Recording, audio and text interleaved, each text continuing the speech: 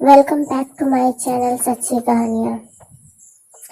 मेरी पत्नी ने ऐसा क्या किया जो उसको अपने ही माता पिता के सामने शर्मिंदा होना पड़ा।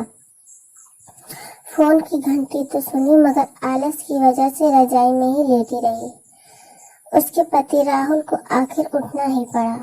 दूसरे कमरे में पड़े फोन की घंटी बजती ही जा रही थी। इतनी सुबह कौन हो सकता है जो सोने भी नहीं देता। इसी चिड़चिड़ाहट में उसने फोन उठाया। हेलो, कौन? तभी दूसरी तरफ से आवाज आई। सुन, सारी नींद खुल गई। नमस्ते पापा। बेटा, बहुत दिनों से तुम्हें मिले नहीं, सो हम दोनों 11 बजे की गाड़ी से आ रहे हैं। दोपहर का खाना साथ में खाकर हम 4 बजे की गाड़ी से वापस लौट जाएंगे, ठीक है? हाँ पापा, मैं स्टेशन पर आपको लेने आ जाऊंगा। फोन रखकर वापस कमरे में आकर उसने रचना को बताया कि मम्मी पापा 11 बजे की गाड़ी से आ रहे हैं और दोपहर का खाना हमारे साथ ही खाएंगे। रजाई में घुसी रचना का पारा एकदम 7वें आसमान पर चढ़ गया। कोई इतवार को भी सोने नहीं देता। अब सबके लिए खाना बनाओ। पूरी नौकरानी बना दिया। गुस्से से उठी और बाथरूम में घुस गई। राहुल हक्का बक्का हो उसे देखता ही रह गया। जब वो बाहर आई तो राहुल ने पूछा, क्या बनाओगी? गुस्से से भरी रचना ने तुनक के जवाब दिया, अपने को तल की खिला दूंगी। राहुल चुप रहा और मुस्कुराता हुआ तैयार होने में लग गया। स्टेशन जो जाना था। थोड़ी देर बाद गुस्सैल रचना को भूलकर वो मम्मी पापा को लेने स्टेशन जा रहा है। वो घर से निकल गया। रचना गुस्से में बड़बड़ाते हुए खाना बना रही थी। दाल सब्जी में नमक मसाले ठीक है या नहीं की परवाह किए बिना बस करछी चलाए जा रही थी। कच्चा पक्का खाना बना बेमन से पराठे तलने लगी, तो कोई कच्चा तो कोई जला हुआ। आखिर उसने सब कुछ खत्म किया। नहाने चली गई। नहा के निकली और तैयार हो सोफे पे बैठ मैगजीन के पन्ने पलटने लगी। उसके मन में तो बस यह चल रहा था कि सारा संडे खराब कर दिया। बस अब तो आए, खाएं और वापस जाएं। थोड़ी देर में घर की घंटी बजी तो बड़े बेमन से उठी और दरवाजा खोला।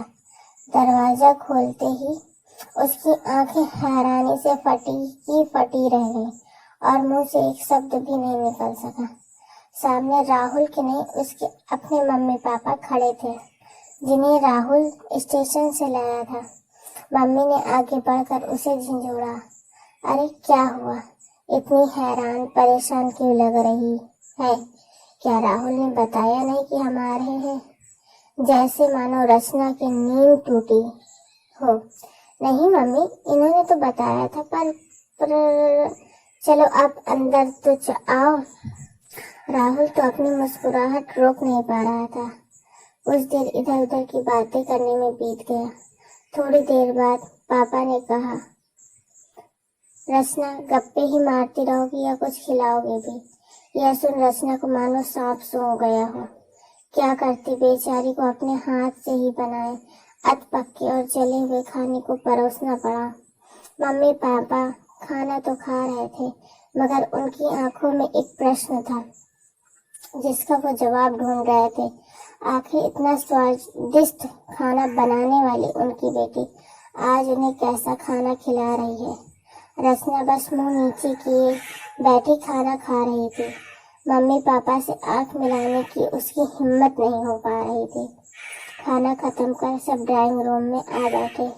राहुल, कुछ काम है? अभी आता हूँ कहकर थोड़ी देर के लिए बाहर निकल गया। राहुल के जाते ही मम्मी, जो बहुत देर से चुप बैठी थी, बोल पड़ी, क्या राहुल ने नहीं कहा था कि हम आ रहे हैं? तो अचानक रचना के मुंह से निकल गया, उसने सिर्फ यह कहा था कि मम्मी पापा लंच पर आ रहे हैं। मैं समझी उसके मम्मी पापा आ रहे हैं। फिर क्या था, रचना की मम्मी को समझते देर नहीं लगी कि ये मामला है।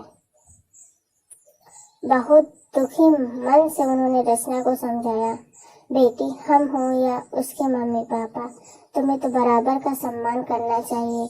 मम्मी पापा क्या, कोई भी घर आए तो खुशी खुशी अपनी हैसियत के मुताबिक उसकी सेवा करो। बेटी, जितना किसी को सम्मान दोगी उतना तुम्हें ही प्यार और इज्जत मिलेगा। जैसे राहुल हमारी इज्जत करता है, उसी तरह तुम भी उसके माता पिता और संबंधियों की इज्जत करनी चाहिए। रिश्ता कोई भी हो, हमारा या उसका, कभी फर्क नहीं करना। रचना की आंखों में आंसू आ गए और अपने को शर्मिंदा महसूस कर उसने मम्मी को वचन दिया कि आज के बाद फिर ऐसा कभी नहीं होगा। गृहिणी का मतलब शब्द के अंदर ही छुपा हुआ है।